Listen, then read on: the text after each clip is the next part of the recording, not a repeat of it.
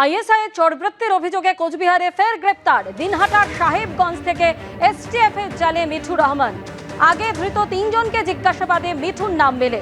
টেলিফোনে আমাদের প্রতিনিধি শুভেন্দু ভট্টাচার্য আমাদের সঙ্গে রয়েছেন। শুভেন্দু, এই মিঠুর রহমানের বিরুদ্ধে ঠিক কি অভিযোগ?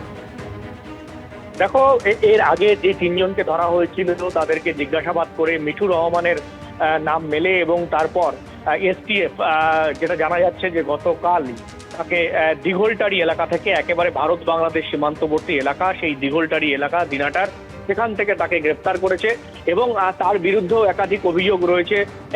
যেমন জাল টাকা পাচারের অভিযোগ রয়েছে, তেমনি সীমান্ত এলাকায় বেআইনি কারবারের অভিযোগ রয়েছে এবং একাধিক ধারায় তার বিরুদ্ধে মামলা হয়েছে। এবং পাশাপাশি যেটা জানিয়ে রাখি যে গত তিনজনকে যে গ্রেপ্তার করা হয়েছিল তাকে দুদিন পুলিশ হেফাজতে ছিল, অবশেষে আজকে এসটিএফ কিন্তু তাদের হেফাজতে নিল 12 দিনের। তাই তিনজনকে পুলিশের থেকে এসটিএফ এর হেফাজতে নেওয়া হয়েছে এবং পাশাপাশি যে মিঠু রহমান যাকে গ্রেপ্তার করা হয়েছে তাকেও কিন্তু 10 দিনের এসটিএফ এর হেফাজতে নেওয়া হয়েছে। সব মিলিয়ে এই ঘটনায় এখনো পর্যন্ত 4 জন গ্রেপ্তার হয়েছে। এসটিএফ সূত্রে খবর আরো বেশ কয়েকজন রয়েছে যারা গা ঢাকা দিয়ে রয়েছে, তাদেরও খোঁজে কিন্তু এসটিএফ তল্লাশি চলছে, এমনটাই জানা যাচ্ছে। ধন্যবাদ শুভেন্দু।